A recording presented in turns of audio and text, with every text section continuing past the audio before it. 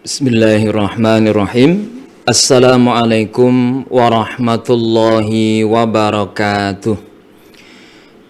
Innal hamdalillah nahmaduhu wa nasta'inuhu wa nastaghfiruh wa na'udzu billahi min syururi anfusina wa min sayyiati a'malina. May yahdihillahu fala mudhillalah wa may yudlil fala hadiyalah. Asyhadu an la ilaha illallah wahdahu la syarikalah wa asyhadu anna Muhammadan abduhu wa rasuluh.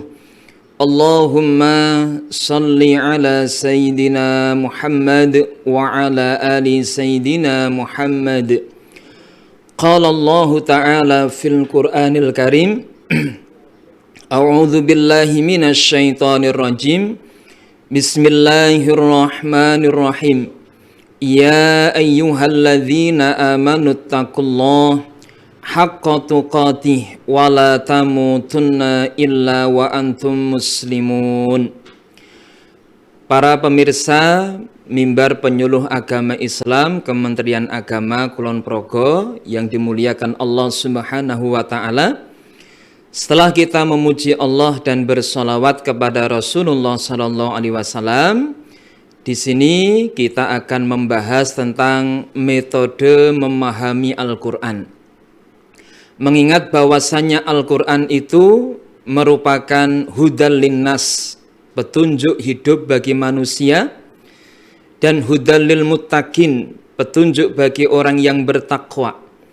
Maka Al-Qur'an harus benar-benar kita praktekkan dalam kehidupan kita.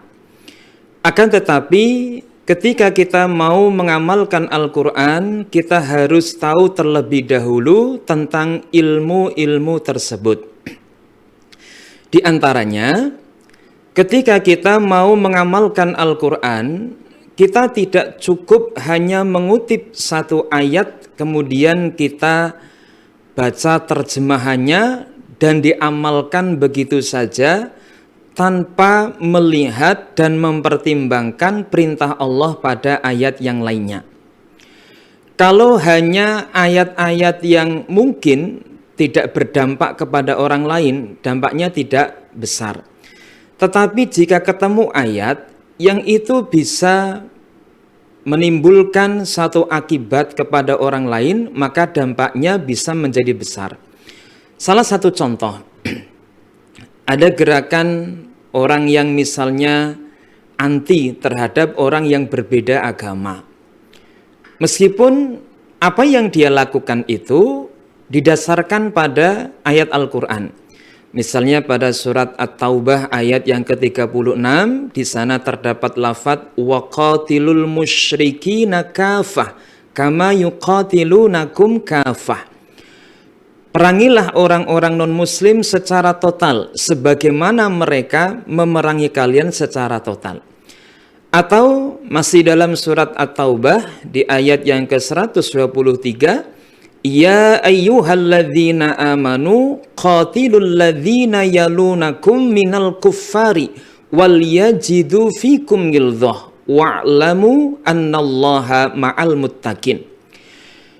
Wahai orang yang beriman, perangilah orang-orang kafir yang ada di sekelilingmu, dan agar mereka mendapatkan sikap yang tegas, dan Allah bersama orang yang bertakwa. Ini salah satu contoh. Hanya mengutip satu ayat atau dua ayat tanpa mempertimbangkan ayat-ayat yang lainnya, diamalkan begitu saja, kemudian muncullah tindakan-tindakan ekstremis. Atau contoh yang lain, misal, mungkin kita pernah mendengar satu paham yang mengatakan sholat itu cukup diam, menghadap ke barat, mengingat Allah, kemudian dianggap sudah melaksanakan sholat. Jangan salah, akar berpikir dari pemahaman seperti ini juga berangkat dari ayat Al-Quran. Misalnya dalam surat Toha, wa aqimis sholata lidzikri, dirikanlah sholat untuk mengingatku. Lalu disimpulkan begitu saja bahwasanya inti daripada sholat adalah mengingat Allah. Kenapa kita mengkritisi hal tersebut? Karena tidak sesuai dengan prakteknya Rasulullah SAW, di mana Rasul pernah bersabda, "Idza kumta ila shalah fa asbigil wudu tsumma staqbilil qiblat fakabbir tsumma qra' ma tayassara minal Qur'an tsumma hatta tatma'inna raki'an tsumma rfa' hatta ta'tadilla qa'iman tsumma sujud hatta tatma'inna sajidan ila akhiril hadis." Kata Nabi, ketika kamu hendak melaksanakan sholat, maka sempurnakanlah wudumu, lalu menghadaplah ke kiblat, lalu bertakbirlah, lalu bacalah ayat Al-Quran yang paling mudah bagimu, setidaknya membaca surat Al-Fatihah. Karena Nabi memberikan satu pernyataan dalam ayat hadis yang lainnya, la sholata liman lam yaqra' bi fatihatil kitab. Tidak sah sholat seseorang yang tidak membaca surat Al-Fatihah. Kemudian membaca surat yang lainnya yang dihafal.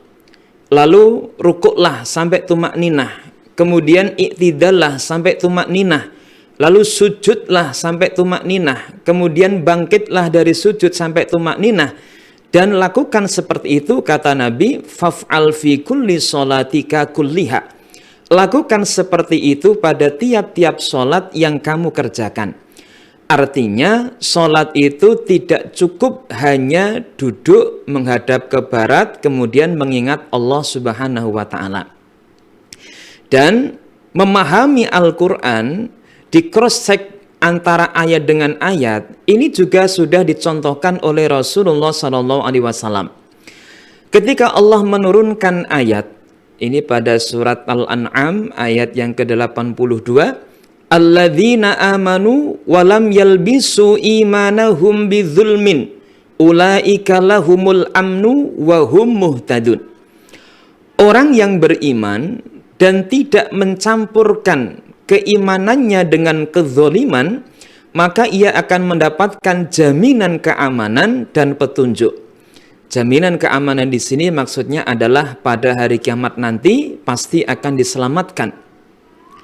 Ketika Allah menurunkan ayat tersebut, sahabat yang menyaksikan peristiwa itu, ada yang matur kepada Nabi seperti ini, ya Rasulullah, di antara kami tidak ada seorang pun yang tidak pernah berbuat dolim.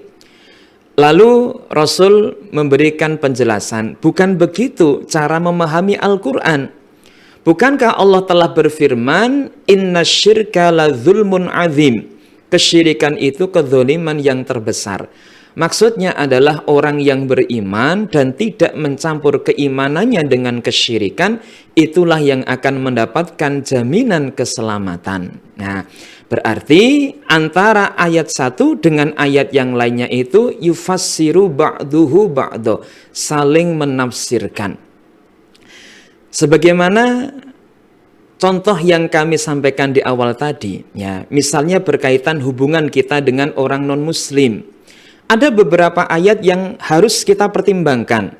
Misalnya, menurut ulama kita, bahwasanya orang non-muslim itu dibagi menjadi 4. Ada yang harbi, ya, yang mau memerangi umat Islam seperti dalam surat At-Taubah tadi, ayat 36.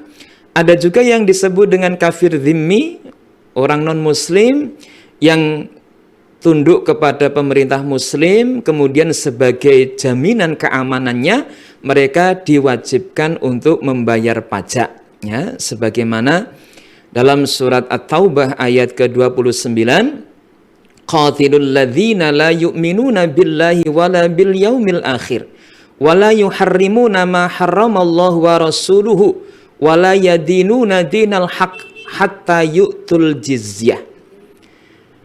Orang-orang non-muslim yang mereka hidup di bawah pemerintah muslim, maka sebagai jaminan keamanannya mereka diperintahkan untuk membayar jizyah atau pajak.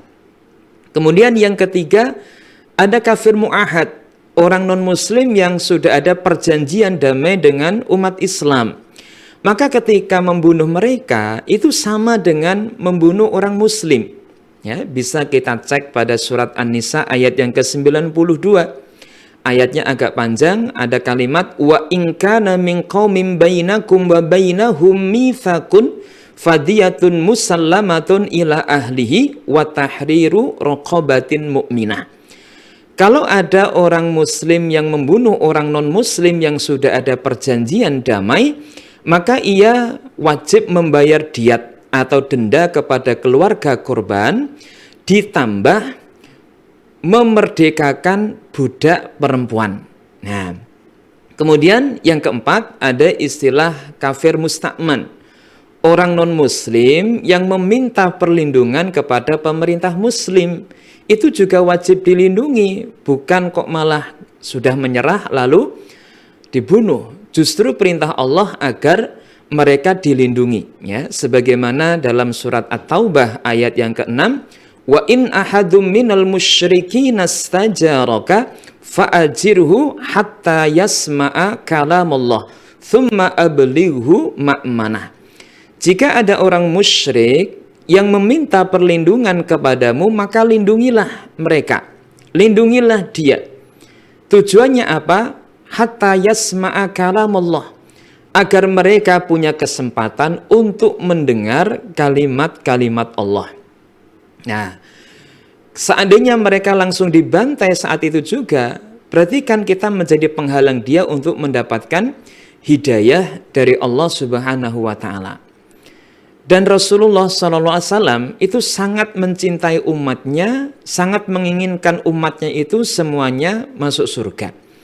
Makanya ketika beliau berdakwah di suatu daerah, ya, di penduduk Taif, ketika beliau ditolak dakwahnya, dilempari batu, dilempari kotoran unta, ketika beliau ditawari oleh malaikat penjaga gunung, gunung itu salah satunya akan diangkat dan ditimpakan kepada penduduk yang zalim itu, Rasul melarang, la uridu ayyukhrijallahu min aslabihim man ya'budullah wa la yusyriku bihi syai'a.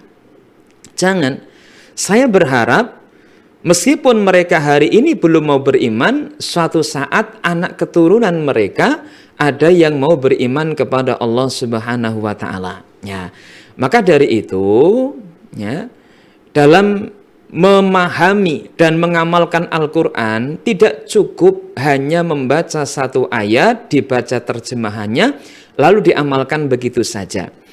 Kemudian ketika kita mencari penjelasan Al-Quran, maka harus dicari dalam Al-Quran juga. Kalau tidak ditemukan, dicari dalam hadis Nabi. Jika tidak ditemukan, dicari di dalam qaul sahabah atau fatwa ulama. Ini juga yang pernah Rasul tanyakan kepada sahabat Mu'ad bin Jabal ketika beliau ditunjuk menjadi gubernur di Yaman. Kata Nabi, kaifa taqdi idza aradalaka qadha? Bagaimana kamu akan menyelesaikan persoalan yang kamu jumpai di sana? Kemudian sahabat Mu'ad mengatakan, aqdi bi kitabillah. Aku akan memutuskannya dengan kitab Allah, dengan Al-Quran. Lalu Rasul bertanya, fa illam tajid, bagaimana jika kamu tidak menjumpai ayatnya? Mu'ad mengatakan, bisunnati rasulih, akan aku selesaikan dengan sunnah Rasulnya. Lalu Rasul bertanya kembali, fa illam tajid, jika tidak kamu jumpai, ajtahidu biroi wala alu, aku akan berijtihad sekuat tenagaku dan tidak akan mentakwilkannya. Oleh karena itu, adab kita dalam mengamalkan Al-Quran, kita cari penjelasannya dulu antara ayat dengan ayat, antara ayat dengan hadis. Jika tidak dijumpai, baru mencari penjelasannya di qaul sahabah atau qaul ulama. Kenapa Rasul bertanya, fa illam tajid, jika tidak kamu jumpai, ya, dalam Al-Quran? Sebab Al-Quran itu sudah tidak diturunkan lagi, ya.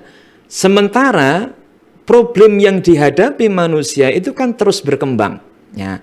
Maka disitulah harus dicari dalil-dalil atau penjelasan-penjelasan yang bisa dijadikan sebagai sandaran hukumnya.